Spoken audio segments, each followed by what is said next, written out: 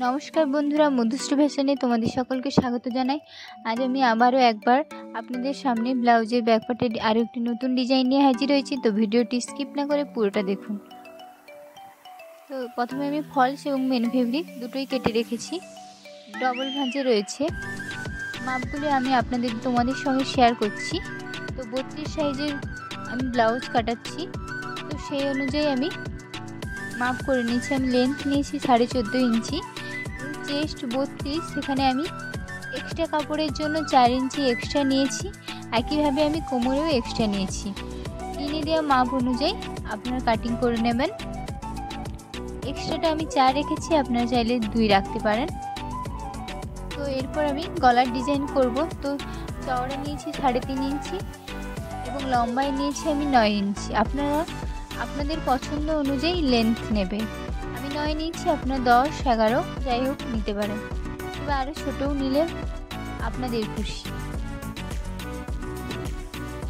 তো এইভাবে আমি বক্স করে নিলাম। এরপর আমি আমার ডিজাইন অনুযায়ী শেপ দিয়ে নিচ্ছি। তোমরাও একইভাবে এভাবে শেপ করে নেবে। এরপর আমি মেন কাপড়টিকে সোজা রেখে তার উপরে আমি ফলস দিয়ে সেলাই করে নেব, যেমনটা আমি সবসময় ভিডিওতে করে থাকি। এতে করে কি হবে, এক্সট্রা করে আর পটি লাগিয়ে সেলাই করতে হবে না, ফলসের সঙ্গে একসঙ্গে সেলাই হয়ে যাবে। এরপর আমি গলা বরাবর এবং তলা বরাবর দুদিকেই আমি সেলাই করে নিলাম। তো আমার সেলাই কমপ্লিট হয়ে গেছে। এক্সট্রা কাপড়গুলোকে আমি কাঁচি দিয়ে কেটে নেব এবং ছোট ছোট করে কাট লাগিয়ে নেব। কাট লাগানোর সুবিধা কি, কাপড়টি খুব সহজেই সোজা করা যাবে এবং সোজা করার পর কোনো রকম কোঁকড়ানো থাকবে না।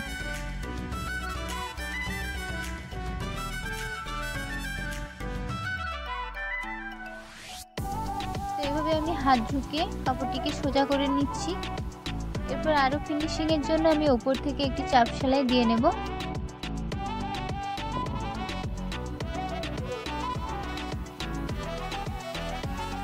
যারা আমার চ্যানেলে একেবারেই নতুন তারা অবশ্যই আমার চ্যানেলটিকে সাবস্ক্রাইব করো আর পাশে থাকা বেল আইকনটি ক্লিক করো সবার আগে নোটিফিকেশন পাওয়ার জন্য।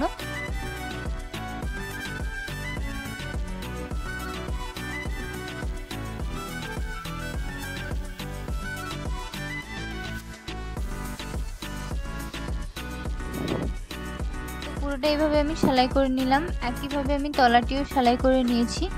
এরপর আমি টেকিং লাগাবো। তো মাঝখান থেকে আমি 4.5 ইঞ্চি মাপ ধরে আমি টেকিং লাগিয়ে নেব। লম্বায় আমি নেব 4 ইঞ্চি এবং সাইড থেকে আমি 4.5 ইঞ্চিতে মাপ নিয়ে দুদিকেই টেকিং লাগিয়ে নেব।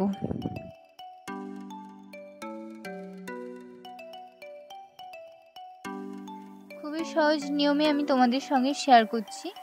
একইভাবে দুদিকে আমি করে নিলাম। এরপর আমি ডিজাইন করব। তো বর্ডারটি আমি 9 ইঞ্চি নিয়েছি, যেহেতু আমার চওড়া 9 ইঞ্চি, এবং মিডিলে আমি 2.5 ইঞ্চি নিয়েছি। এভাবে আমি সেলাই করে নিয়েছি দুদিকে। এখানে আমি ডিজাইনটি আঁকবো। তো তার জন্য আমি কাপড়টিকে নিচে রেখে তার উপর ব্লাউজের ব্যাক পার্টটি উপরে রেখে আমি এভাবে পিন দিয়ে আটকে নিচ্ছি। তো গলা অনুযায়ী, যেহেতু গলায় ডিজাইনটি বসবে, সেজন্য আমি গলা অনুযায়ী দাগ করে নিচ্ছি। তো সেই অনুযায়ী আমার ডিজাইনটি হবে। আপনারা অনেকে কাপড়ের পার্টি কী করেন, সিম্পল নিচে বসিয়ে নেন। তো এভাবেও আপনারা ডিজাইন করতে পারেন, ডিজাইনটি দেখতেও সুন্দর লাগবে। তো আমি এভাবে আমার শেপ অনুযায়ী আমি কেটে নিয়েছি। তো আপনারাও একইভাবে শেপ অনুযায়ী কেটে নেবেন। এরপর আমি একটি ফলস নিয়েছি। ফলসটিকে আমি ডিজাইনটির ওপরে রেখে সেলাই করে নেব। এতে করে কি হবে, দুদিকের আমার মুড়ি মুখ সেলাই হয়ে যাবে। তো কোনো রকম কাপড় বেরিয়ে থাকবে না বা সুতা বেরিয়ে থাকবে না। এখানে আপনারা পেপার পেস্টিং এর সাহায্যেও ডিজাইনটি তৈরি করতে পারেন, কিন্তু আমি পেপার পেস্টিং এর সাহায্যে করছি না। আমি এমনি সিম্পল ঘরোয়া পদ্ধতিতে আমি এভাবে করে নিচ্ছি। এতে করেও কিন্তু ডিজাইন আসবে। আপনাদের কাছে যদি পেপার পেস্টিং না থাকে তাহলে এভাবেও ডিজাইন আপনারা করলে কোনো অসুবিধা নেই। তো ছোট ছোট করে আমি এভাবে কাটে লাগিয়ে নিচ্ছি যাতে কাপড়টি খুব সহজে আমি সোজা করতে পারি এবং কোনো রকম কোঁকড়ানো না থাকে। এভাবে একটি স্ক্রুর সাহায্যে আমি সোজা করে নিচ্ছি।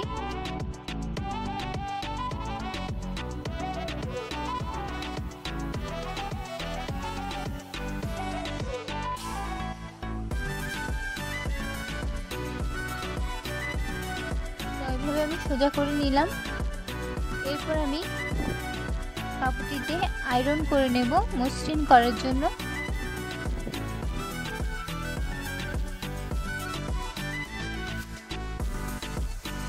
তো আমি আয়রন করে নিয়েছি। এরপর আমি মেন কাপড়টির ওপরে রেখে এভাবে ডিজাইনটি মিডিল বরাবর ভালো করে রেখে আমি সেলাই করে নেব।